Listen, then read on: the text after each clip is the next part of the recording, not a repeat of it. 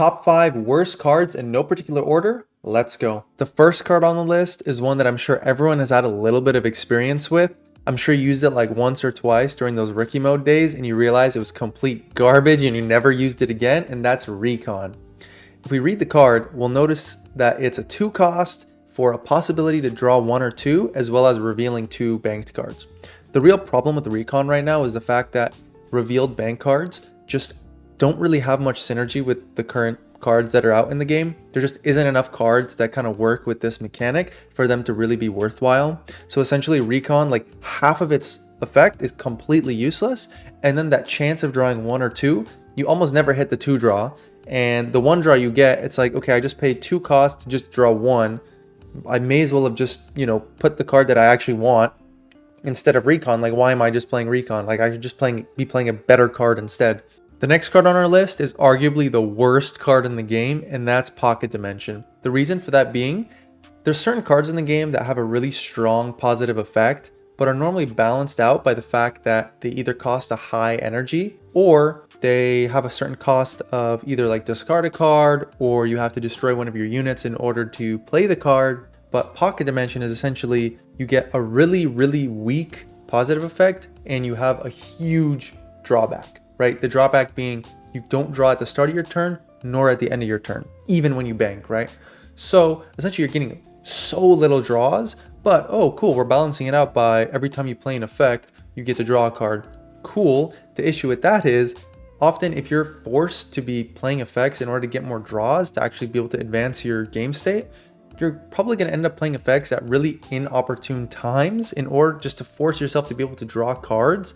And like, so like, what am I even getting? Because you have to be essentially playing like 3 effects in a turn to really be getting more value than just banking a card and just drawing. You know what I mean? Like, there's literally no use. And then you can say, okay, the second effect, here's the thing. Why do I care about a random card from my Singularity? Like a random card, like that's almost useless, especially because, don't forget, the only Paragon that this card could like maybe, but like not really work with is Neef. But the issue is she doesn't really have any easy way to get cards into her Singularity like something like New Dawn has. So like getting that random card out of your Singularity is basically unusable, as well as the fact that, again, it's a random card. It's like bad on top of bad on top of bad, like in terms of the positive effects. Plus, the drawback is insane. Like that's like probably one of the worst drawbacks out of any card in the game, if not the biggest drawback. Like losing both your draws is insane.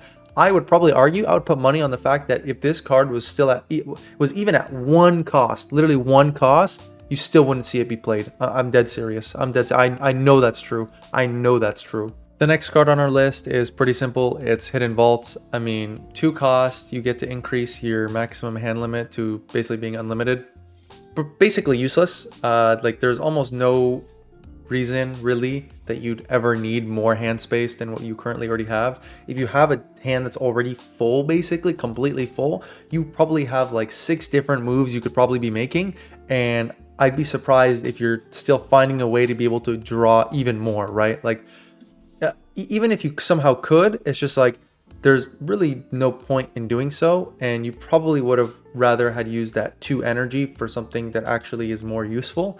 Unless there's some just super niche, that one deck, that one strategy that somehow makes use of this in some fancy way. Until that's found, this card is basically useless. Like there's no reason for it to even be in the game right now. That's how it is. That's just how it is. The 4th card on our list is Double Agent, and while it seems like a really good card for being a 2 cost 3/3 unit, the problem with it is that effect. What happens is when you kill it, essentially it goes into your opponent's bank as essentially permanent energy. The reason that that's a big problem is essentially you're speeding up the rate at which your opponent's basically getting stronger and ramping up, right? So essentially after your Double Agent dies, your opponent is basically an entire turn ahead of you. They're able to play their stronger cards 1 turn before you. And if you're playing multiple of those, you're now getting even further and further behind. And again, because you're probably going to end up playing in that early game to really get a lead, because if you're playing it later in the game and when people can really deal with 3/3s, you're basically just trolling at that point. So you either have to play early game or after everyone's already at 10 energy. But like at that point, again, it's just easy to deal with a 3/3. And it's really hard, again, with just a 3/3 with no effect other than that, it's just not worth that that energy cost that you're giving to your opponent.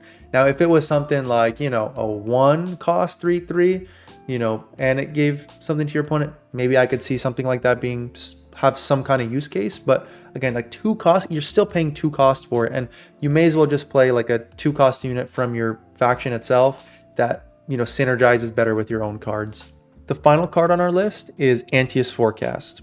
This card just seems like basically garbage to me because a lot of reasons. It's 5 cost and it lets you play a 5 cost or lower Cathari unit from your bank, and it's a temporary one that dies at the end of the turn. It gets battle ready and it cannot be a legendary unit. Like, there's just so many restrictions, and it's high cost. Again, it's 5 cost to bring out something that is 5 cost or lower, and it's temporary. Like, there's literally almost no reason for this, because you can again still use like nucleotic synthesizer, like the relic, to just pull out whatever unit you want from your bank and make it 1 cost less. Like, why would I use this like 5 cost card to pull out a temporary unit out of my bank when I could just play a unit that costs the same, if not less, and have it actually stay on the board? Maybe if you could like search from your deck and play something like that, we could possibly see some use case there. But the fact that it's from your bank and it's 5 cost, can't be a legendary, there's so many restrictions for just such a plain and just weak effect. Honestly, there's just no reason to just spend 5 energy for this card when you could use something way better instead. If you enjoyed the video, please leave a like, and thanks for watching.